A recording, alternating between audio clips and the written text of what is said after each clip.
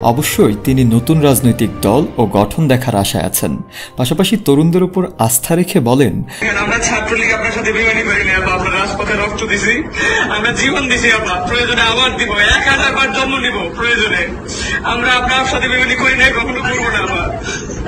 আসসালামু আলাইকুম ভাই ব্রাদার, কি খবর সবার? দর্শক, ডক্টর ইউনূসকে অন্তর্বর্তীকালীন সরকারের প্রধান করা হয়েছে, এটা আপনারা সবাই জানেন। তো তিনি কিছুক্ষণ আগে ঘোষণা দিয়েছেন যে তিনি নাকি ছাত্রদেরকে নিয়ে একটি দল গঠন করতে চায়। আমাদের কাছে এই বিষয়ে ভিডিও আছে, আমরা দেখাবো। দর্শক, সাবেক প্রধানমন্ত্রী শেখ হাসিনা তিনি পতনের পরে তার প্রথম একটি কল রেকর্ড ফাঁস হয়েছে, আমাদের কাছে সেই কল রেকর্ডটা আমরা শোনাবো। তিনি সেখানে তার নেতা কর্মীদেরকে দিক নির্দেশনা দিতেছেন যে আসলে তোমরা এখন কীভাবে চলাফেরা করবা। তো আমাদের কাছে সেই ভিডিওটা আমরা দেখাবো। দর্শক, ডক্টর ইউনূস 7-8 সালের দিকে কিন্তু একটি রাজনৈতিক দল তৈরি করেছিলেন। তিনি সেখানে হয়তো কয়েক মাস রাজনীতি করার পরে তিনি সেই দলটি আবার বিলুপ্ত ঘোষণা করছেন যে আমার দ্বারা রাজনীতি না, আমি রাজনীতি করতে পারবো না। তাই কত কথা বলবো না। এবার ডক্টর ইউনূস নতুন করে দল তৈরি করতে যাচ্ছেন ছাত্রদেরকে নিয়ে, সমন্বয়কদেরকে নিয়ে। চলুন আমরা সেই ভিডিওটাকে দেখে আসি, এরপর আমরা সাবেক প্রধানমন্ত্রী শেখ হাসিনার সেই কল রেকর্ডটি শোনাবো। সম্প্রতি বাংলাদেশের অবস্থা, রাজনৈতিক দলগুলোর ভূমিকা এবং প্রফেসর ডক্টর ইউনূসের আগামীর সম্ভাবনা নিয়ে দ্য প্রিন্ট নামক গণমাধ্যম কথা বলে তার সাথে। প্রায় 11 মিনিটের সেই আলোচনায় উঠে আসে অনেক প্রসঙ্গ। পাশাপাশি সেখানে উঠে আসে দেশের অন্যান্য রাজনৈতিক দলের প্রশ্ন এবং জানতে চাওয়া হয় বিএনপির অবস্থান। ডক্টর ইউনূস জানান, আওয়ামী লীগ আর আগের মতো নেই, তাই বিরোধী দলগুলো বিচ্ছিন্ন আকারে কি ধরনের ভূমিকা পালন করবে তা আমরা জানি না। বিএনপি কখনো কোনো ভূমিকা পালন করেনি, কারণ তারা কখনো কোনো সুযোগই পায়নি, তারা সংসদেও নেই। আমরা জানি না তাদের মধ্যে কি অবশিষ্ট আছে। 6000 mAh battery, one and only power master, NextG N73। তারা কি করবে? আর অন্য দলগুলো খুব ক্ষুদ্র দল, আর জামাতে ইসলাম ইতিমধ্যে নিষিদ্ধ একটি দল।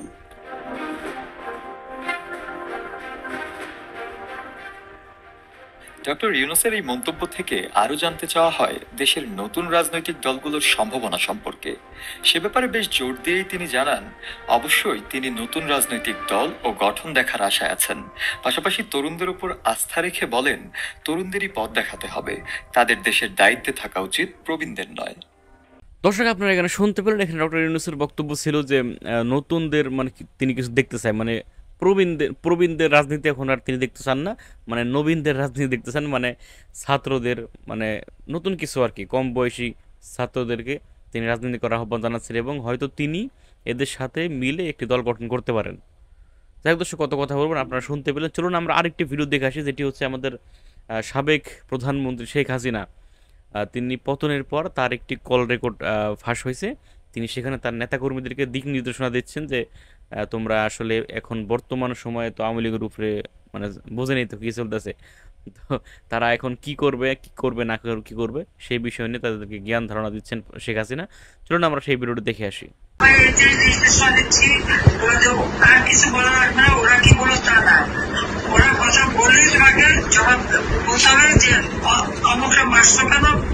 জবাব দাও, কেন্দ্রীয় নির্বাহী সংসদের কাছে পৌঁছে দিব, আপনি আবার নির্দেশনাটা দেন, আমি পৌঁছে দিব। আবার নির্দেশনা দিচ্ছি, আর কিছু বলা লাগবে না, ওরা কি বলো তা না, ওরা কথা বললেই তোমাকে জবাব বলতে হবে যে অমুকটা মারছো কেন, জবাব দাও। এই বোনদের এভাবে লাঞ্ছিত করছো কেন, পাকিস্তানি আলাদা বাহিনীর মতো, সেটা জবাব দাও। তোমাদের ওইটাই যাবে কমান্ড। আমরা এখন অনলাইনে সরব থাকবো আর সেফ থাকবো সবাই, এটুকু আপনার নির্দেশনা। সবাই সেফ থাকতে হবে। হ্যাঁ জি আপা, সবাই যে কজন কেন্দ্রীয় কর্মচারী নামের তালিকা বাংলাদেশে সবাইকে সেফ থাকতে হবে।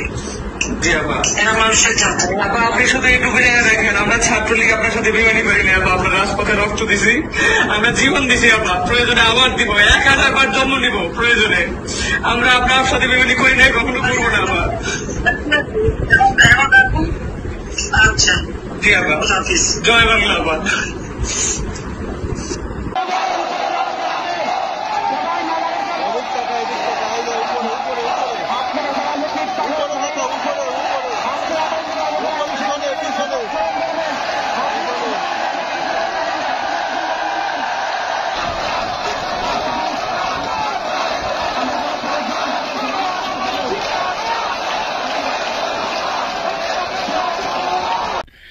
দর্শক, আপনারা শুনতে পেলেন এখানে সাবেক প্রধানমন্ত্রী শেখ হাসিনার একটি কল রেকর্ড তিনি তার নেতা কর্মীদেরকে মানে বিভিন্ন রকম দিক নির্দেশনা দিচ্ছেন যে বর্তমান তো তাদের ক্ষমতা নেই, তারা এখন কিভাবে চলাফেরা করবে, তারা বাইরে বাইরে মানে মানুষ ধরে মারতেছে, একটা কটু কথা বলতেছে। যাই হোক দর্শক, আপনারা শুনতে পেলেন, আপনারা আপনাদের মতামত লিখে যাবেন কমেন্টে যে বাংলাদেশের আগামীর ভবিষ্যৎ কি ভাই। বিএনপির মতো জামায়াতের মতো এত বড় বড় রাজনৈতিক দল পড়ে রয়েছে, তো এখন মানে সামনে ভবিষ্যৎ কি ভাই, এখন জানি না ভাই কি হবে সামনে। তো আপনারা আপনাদের মতো লিখে যাবেন কমেন্টে যে আসলে ভাই কি হচ্ছে বাংলাদেশে। ডক্টর ইউনূস তিনি অন্তর্বর্তীকালীন সরকারের প্রধান হলেন, তো এখন ভাই সে কতদিন ক্ষমতা থাকবে, তার হাতে কতদিন ক্ষমতা থাকবে, তিনি কতদিন রাখতে পারবেন ক্ষমতা, 3 বছর নাকি 6 বছর নাকি 3 মাসের ভিতরে নির্বাচন দিবেন, মানে এটা তো বোঝা যাচ্ছে না। যাই হোক, তো আপনারা মানে জানিয়ে যাবেন আপনাদের মতামত। ভালো থাকবেন, সুস্থ থাকবেন, আসসালামু আলাইকুম।